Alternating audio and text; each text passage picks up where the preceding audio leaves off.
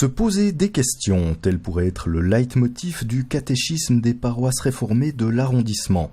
Un enseignement qui a radicalement changé il y a plus de 15 ans et qui continue d'être en mouvement. Salut à vous et bienvenue à Téléglise. On y parle du sens de la vie, de la Bible, on y prie, on y chante. Aujourd'hui, nous avons l'occasion de parler du catéchisme et pour en parler, j'accueille 3 invités. Paula Opliger-Mafouf, vous êtes catéchète professionnelle pour les paroisses réformées de l'Erguel. Alors, que fait une catéchète professionnelle ? Alors, une catéchète professionnelle reçoit des catéchumènes pour les animer, pour faire des séquences avec eux. Elle s'occupe aussi de l'équipe catéchétique et aussi également de l'organisation des camps et des séquences avec l'équipe, bien sûr. Alain Wimmer, vous êtes pasteur, responsable de la catéchèse pour la partie francophone des églises réformées Berne-Jura-Soleure. Alors, que fait un responsable de la catéchèse ? Alors, responsable de la catéchèse, en particulier responsable de la formation des catéchètes bénévoles et des catéchètes professionnels, formation de base, formation continue pour ces mêmes ainsi que pour les pasteurs, et puis là en soutien pour les paroisses. Philippe Kneuler, vous êtes pasteur à Tramelan et à ce titre vous êtes donc aussi impliqué dans le catéchisme, dans la catéchèse. Les pasteurs ont aussi un rôle à côté des catéchètes professionnels et bénévoles. Oui, alors tout à fait. Dans le cadre de l'équipe, nous travaillons en collaboration pour mener des rencontres de catéchisme, organiser les camps, les vivres. Voilà, c'est vraiment une collaboration. Alors le catéchisme, on a des bons ou des mauvais souvenirs selon les circonstances et les époques où on l'a vécu. Le catéchisme change, et ces dernières 10 années a beaucoup changé. Comment se passe le catéchisme aujourd'hui ? Notre équipe, pour le découvrir, s'est rendue à Grandval, dans un camp de catéchisme de 8e année. C'est des images rapportées par Bastien Beziguer et Nicolas Meyer. Arrivés sur les hauts de Grandval pour les catéchumènes viennois de 8e année. Ils viennent passer 2 jours de camp avec pour fil rouge la thématique du bonheur. On commence une série de questions existentielles, donc le bonheur, qu'est-ce qu'il faut pour être heureux dans la vie. Puis après, plus tard, on fera la vie en général, la mort, la renaissance et tout ça. Aujourd'hui donc, c'est la question du bonheur qui est au centre avec des ateliers et des animations portant sur les nouvelles technologies, l'humour ou encore le sport. Des activités proposées par toute une équipe d'encadrement. Pour faire vivre notre camp, donc, on a une équipe d'animation qui est composée d'un pasteur, un catéchète professionnel, 2 animateurs et 2 catéchètes bénévoles. Et puis, on a la chance aussi pour les camps d'avoir des accompagnants. Donc, c'est des jeunes qui ont terminé leur caté il y a 1 année, 2 ans, qui suivent toute une formation et puis qui sont là pour co-animer. Finalement, ils nous aident beaucoup parce qu'ils sont très proches des jeunes dans leur manière de penser et puis au niveau de l'âge, quoi. Vous marquez ? Prêt ? La participation de ces jeunes accompagnants est une nouveauté depuis quelques années, tout comme l'arrivée des catéchètes professionnels qui bénéficient d'une formation en animation et en pédagogie. Des acteurs qui ont largement contribué au développement du nouveau catéchisme, mis en place dans l'arrondissement il y a plus de 15 ans. On est séparés en 3 secteurs, donc ce qu'on appelle le cycle 1, c'est pour les enfants de la 1re à la 4e année. Donc l'idée avec ces enfants, c'est de finalement leur raconter des histoires. C'est de se faire un bagage, créer un bagage, un trésor, où en fait ils découvrent la Bible et les histoires bibliques. Ensuite, pour les 5-6e années, là ils viennent une sorte d'enquêteurs, ils sont un peu plus critiques. Ils disent bah ouais, c'est bien beau ces histoires, mais finalement il y a des choses que je comprends pas là-dedans. Donc ils vont un peu gratter et puis aller à l'essentiel. Puis après, pour les ados, donc depuis la 7e année jusqu'à la 9e année, en fait, là, c'est des questions existentielles. Des moments heureux, des bons moments. Pour moi, ça va, on s'enracine. C'est-à-dire que je crois qu'on est tous absolument convaincus que c'est la bonne manière de faire du catéchisme. C'est la bonne manière d'aller à la rencontre des jeunes, de leur poser des questions, de les inviter à réfléchir. Ce qui est nécessaire, c'est vraiment maintenant plus un enseignement frontal, mais c'est vraiment d'entrer en dialogue avec les jeunes sur des questions de base. Le catéchisme a donc évolué pour arriver à sa forme actuelle qui semble aujourd'hui répondre aux attentes des jeunes et des responsables. Toutefois, l'évolution de la société amène son lot de nouvelles questions. On note notamment une baisse de la fréquentation. Les catéchumènes sont en baisse, donc il y a plusieurs facteurs. Hein. Finalement, nous, on est dans le même créneau que les loisirs, le foot, et puis on a quand même une société qui est de plus en plus compétitive, et puis les études, il faut beaucoup travailler. Finalement, la société est devenue aussi beaucoup plus exigeante envers les jeunes, donc on a l'impression que personne n'a le temps, puis nous, on le ressent beaucoup, donc c'est plus difficile d'avoir des jeunes avec nous. Ça devient difficile, je dirais peut-être probablement pas mal à Bienne, parce qu'il se trouve que Bienne est vraiment une ville multiculturelle et multireligieuse aussi.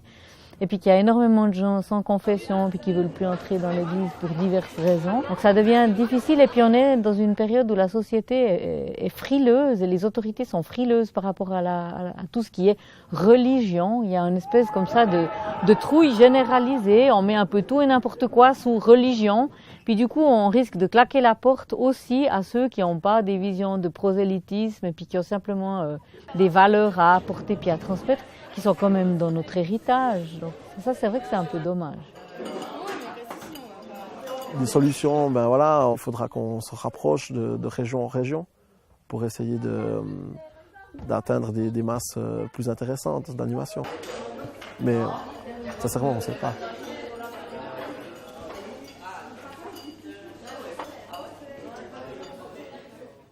Alain Wimmer, peut-être une question fondamentale après ce reportage. Au fond, le catéchisme, ça sert à quoi? Alors, je dirais peut-être comme ça de manière un peu générale, ça sert à se poser des questions. Et là, je crois qu'on a parlé de changement dans le reportage. Là, je crois qu'on est vraiment sur ce changement de pédagogie où, dans le fond, le caté, comme on l'imagine, ou celui de nos parents, il y avait quelqu'un qui savait, c'était le pasteur, et puis il y avait des jeunes qui devaient apprendre, dont on devait remplir le cerveau de connaissances, c'était les catéchumènes.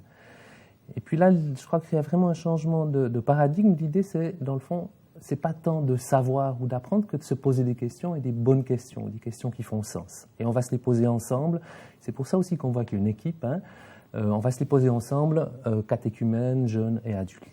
À côté de cet objectif, je dirais un peu existentiel, personnel pour les jeunes de se poser des questions, est-ce que l'institution Église a aussi un objectif derrière le catéchisme, je sais pas moi, de christianiser ou de permettre à l'Église de perdurer? Alors évidemment, il faut rester très modeste sur ces objectifs de faire venir des paroissiens par la suite. Ça, je crois que c'est pas du tout la fonction première du catéchisme. En revanche, il est évident qu'il y a une grande importance à mettre sur la transmission d'un certain nombre de savoirs qui disparaissent petit à petit. Culturels déjà, sans parler même de religion. Quand on parle de Moïse, par exemple, on est au-delà d'un héritage strictement confessionnel, par exemple, bien entendu, puisque c'est partagé par 3 grandes religions, etc.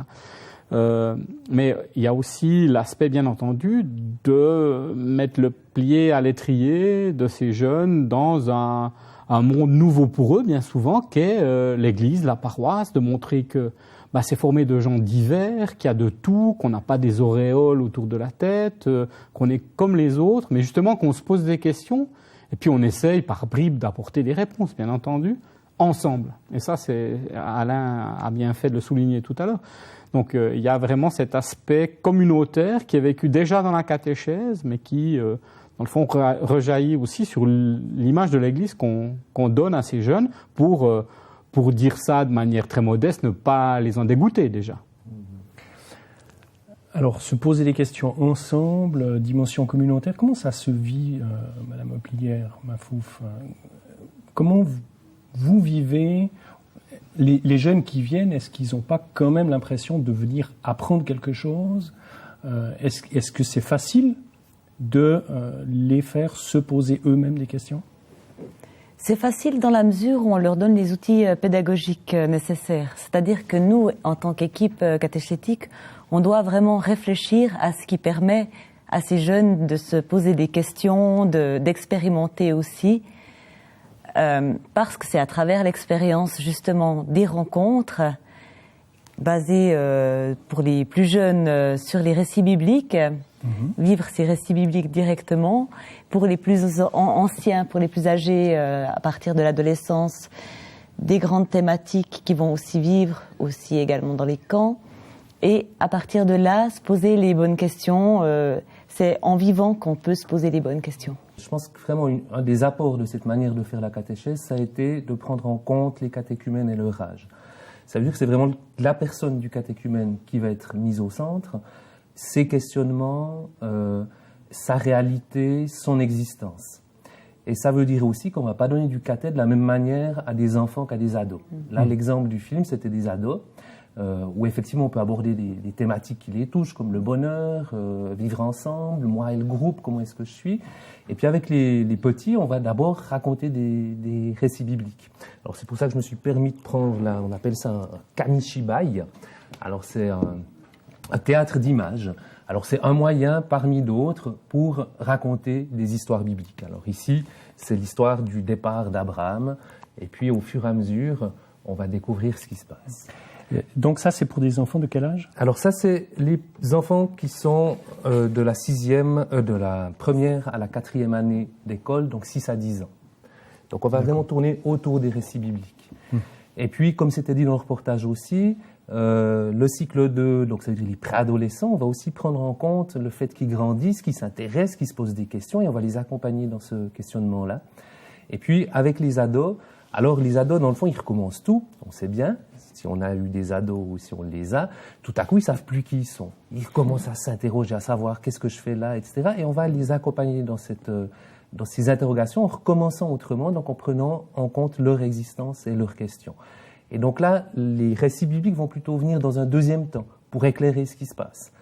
Des histoires de bagarres, de jalousie, c'est monnaie courante pour eux, c'est monnaie courante aussi dans la Bible, peut-être que ça peut leur parler. Comment se prépare le catéchisme? Avec qui Alors, de plus en plus en région.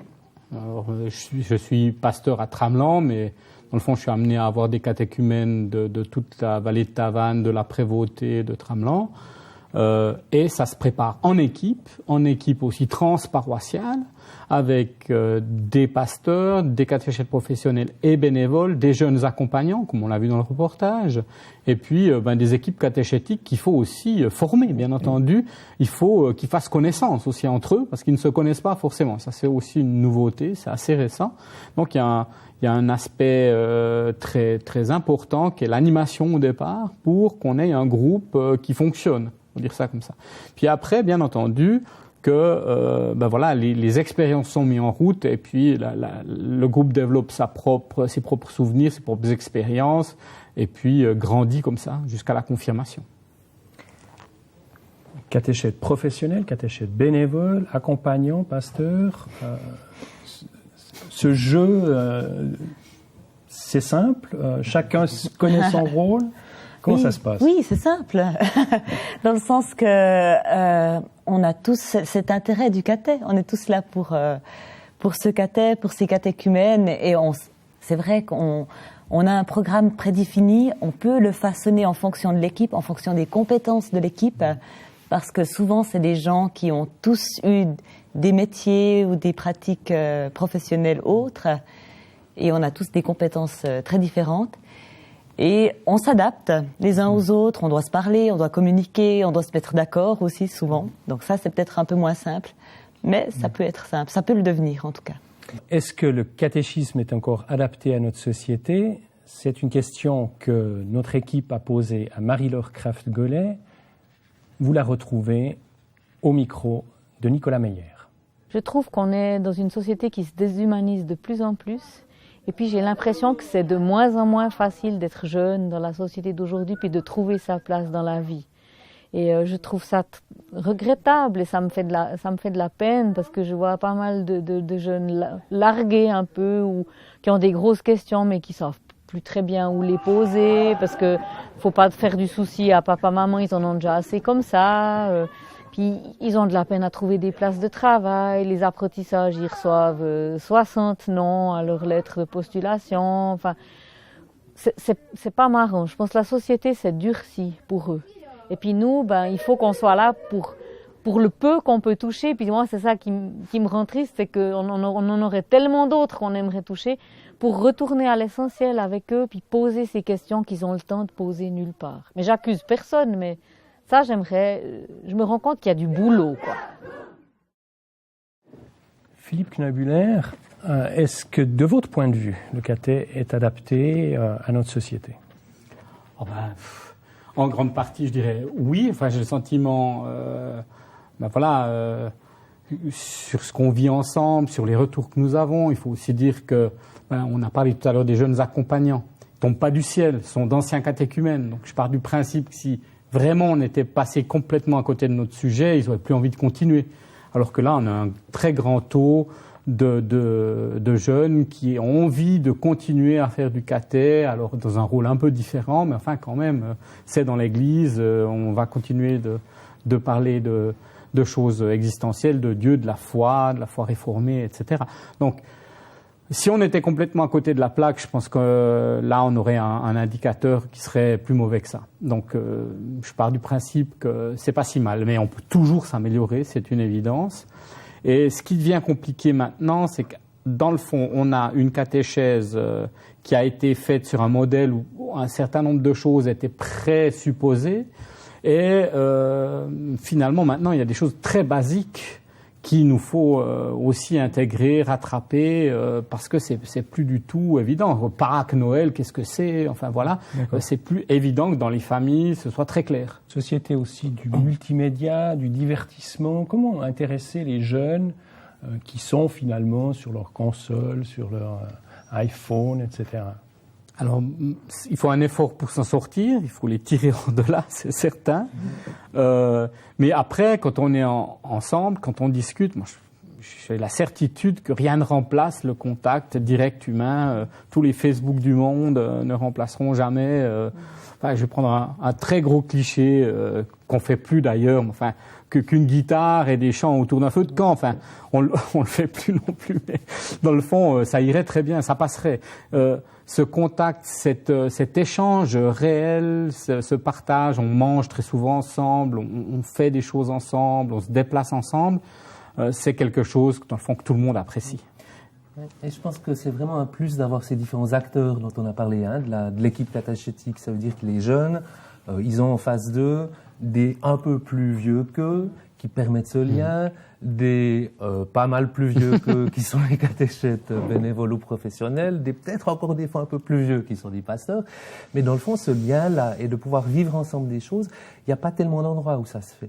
Et ça, je crois que c'est vraiment un plus pour eux d'avoir une équipe avec eux, comme personne à voir en face d'eux, quoi. Finalement, on a quand même l'impression que le caté nécessite, au fond, beaucoup de gens. Il nécessite des professionnels, nécessite des bénévoles. Est-ce que l'Église a les moyens de ses ambitions? Une Église qui se vide, Il faut peut-être les lui donner parce que c'est justement une Église qui se vide et c'est cette jeunesse qui permettrait peut-être de créer peut-être pas créer, mais renforcer cette communauté d'Église. Et je pense qu'il faut vraiment miser sur la jeunesse actuellement. C'est vrai que parfois les conseils de paroisse sont un peu frileux de ce côté-là, parce qu'ils ont envie d'avoir un beau bâtiment, de mettre les finances nécessaires pour les bâtiments, pour l'orgue et toutes ces questions pratiques, matérielles. Et c'est vrai que cette jeunesse est un peu loin d'eux parfois. Mais il faut se donner les moyens de la reprendre. En même temps, je pense vraiment que le fait d'avoir eu dans cette catéchèse des nouveaux intervenants, catéchètes, bénévoles, puis professionnels et jeunes accompagnants, ça a vraiment dynamisé non seulement la catéchèse, mais aussi la vie de la paroisse. Et ça, je pense que les conseils en sont reconnaissants. Après, les questions dessous, c'est toujours un peu... Alors, Un autre aspect de notre société, c'est la dimension interreligieuse. Et puis, il faut aussi se rendre compte une certaine visibilité, en tout cas accrue, des fondamentalismes. Est-ce que ces développements-là ont une influence sur le caté? Est-ce qu'on va vers un caté, disons, plus confessionnel, où on affirme plus qu'on est chrétien par rapport à présence d'autres religions? En fait, il y a deux questions dans votre question. Il y a est-ce que ça a un effet sur la catéchèse? Alors je dirais oui, ne serait-ce que par les questions que les jeunes apportent, parce qu'ils sont confrontés, amènent dans la discussion, hein, c'est évident. Ils sont confrontés avec des gens, des musulmans, des gens d'autres horizons. Donc forcément, ça les questionne. Donc on en discute au caté aussi, quand on parle de Dieu, de l'esprit, que sais-je. Ben ça vient, c'est clair. En même temps, alors je crois pas du tout que ça va renforcer l'aspect confessionnel dogmatique. Il ne le faudrait pas. Il faut absolument, de mon point de vue, que la catéchèse reste un espace ouvert et protégé de dialogue, où le jeune peut effectivement dire ce qu'il pense sans arrière-pensée, sans être jugé, etc. En revanche, mettre des jalons, dire chez nous on pense plutôt ça, ou on pense comme si, voilà, ça va aider aussi à la structuration, mais pas pour dire c'est comme ça et pas autrement, comme on a pu peut-être le faire à certaines époques. J'avais pris un second objet du catéchisme, un objet technologique, donc un œuf, et un œuf cru, bien sûr, hein. Et puis il me semble qu'il y a un lien avec ce qu'on dit. Cet œuf, on l'utilise, enfin, c'est proposé de l'utiliser en camp de confirmation, en dernière année. Utiliser, c'est dire le tenir dans la main, pendant tout le camp, tout le temps, à part pour manger et pour dormir, mais sinon tout le temps. Parce que cet œuf, il est comme la vie, il est beau, il est parfait, mais il est très fragile. Et il s'agit d'en prendre soin. Et dans le fond, on va passer tout le camp à essayer de prendre soin de cet œuf, à le confier à quelqu'un si on doit aller aux toilettes, par exemple. Mais il faut que quelqu'un le tienne. Comme on confie des fois sa vie quand on va dans une auto, on ne sait pas toujours ce qui se passe, il faut que quelqu'un le tienne.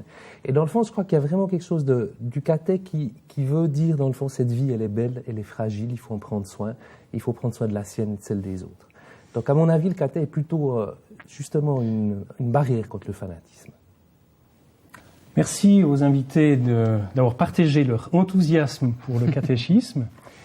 Et vous, je vous invite à découvrir nos flashs Téléglise, ainsi que notre nouvelle rubrique où des personnalités de la région partagent avec nous leurs convictions. Les églises réformées Berne-Jura-Soleure viennent de publier une brochure contenant 7 principes de politique migratoire. Se basant sur des témoignages bibliques et sur les droits fondamentaux de l'être humain, l'importance du respect de la dignité et des droits de chacun y est soulignée. La publication se veut également d'amener une certaine cohérence en matière de politique d'asile. Nous voulons mettre au clair ce que nous pensons, ce que pense notre Église sur des questions de migration, soit des migrants de travail, soit des requérants d'asile. Nous voulons aussi donner un certain cadre à nos collaborateurs, comment travailler avec les étrangers, et nous voulons faire des suggestions pour les paroisses, comment on peut travailler aujourd'hui avec les migrants qui sont dans nos paroisses. L'élaboration de cette brochure bénéficie également des réflexions issues de la collaboration des églises avec les différents organismes qui s'occupent de questions de migration. Oui, alors il faut dire que moi, par exemple, je vois beaucoup plus le conseiller d'État qui est responsable pour la migration que celui qui est responsable pour les affaires ecclésiastiques. Alors on se rencontre aussi avec le service de migration du canton et on discute des thèmes très concrets qui se posent à cause des requérants d'asile, par exemple. Alors on cherche des solutions, vraiment des solutions concrètes pour améliorer la situation, soit pour nos paroissiens, soit pour la société, soit pour les requérants d'asile. Peut-on monnayer l'avenir? Une question qui sera posée lors de la nuit des 1000 questions le 27 octobre prochain en vieille ville de Bienne. Une trentaine d'associations s'interrogeront sur les nombreux aspects liés à l'argent, aux rapports financiers et à leurs limites. Programme et infos sous www.1000questions-bienne.ch. Si on se met, tel est le titre de la campagne d'automne de l'entraide protestante suisse et du DM Échange et Mission, une action qui vise à présenter les différents projets mis en place dans plusieurs pays du globe afin de favoriser le développement d'une agriculture accessible aux populations les plus pauvres. Dons et infos sous www.eper.ch et www.dmr.ch. Je crois, oui je crois, une force, une présence, une âme, Dieu peut-être, un mystère, un silence imprévisible. Et pour le recevoir, lui laisser de l'espace, laisser l'air circuler, ne pas vouloir l'enfermer, ne pas vouloir même le définir, juste être attentif, prêt à le recevoir, à le laisser surgir, à le laisser me remplir, à le laisser m'animer, me donner sens, goût, joie, à m'inviter aussi à des élans, à des engagements, à des visions, à un avenir, à la joie exubérante. Le silence aussi, et le lien, et c'est ce courant qui passe à travers nous. Merci encore d'avoir été avec nous tout au long de ce magazine. Portez-vous bien et à bientôt dans Telle Église.